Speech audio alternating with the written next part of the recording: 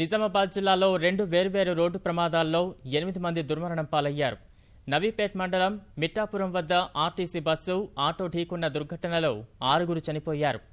3 అక్కడికక్కడే మృతి చెందగా ఆసుపత్రికి తరలిస్తుండగా 2 చికిత్స పొందుతూ మరొకరు మరణించారు. మరో మహిళ పరిస్థితి విషమంగా ఉంది.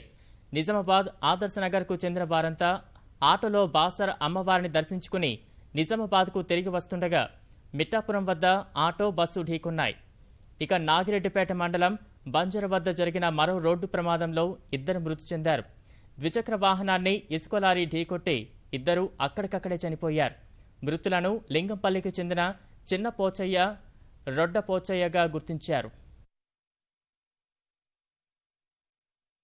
నిజామాబాద్ నుంచి బైన్సా వైపు వెళ్తున్న ఆర్టీసీ బస్సు బైన్సా డిపోది, దీనికి బాసర్ వైపు నుంచి నిజామాబాద్ వెళ్తున్నటువంటి ఆటో, దాంట్లో 7 ఫ్యామిలీ, అందరు కూడా ఒకటే ఫ్యామిలీ మెంబర్స్, ఆటో డ్రైవర్తో సహా అందరు కూడా.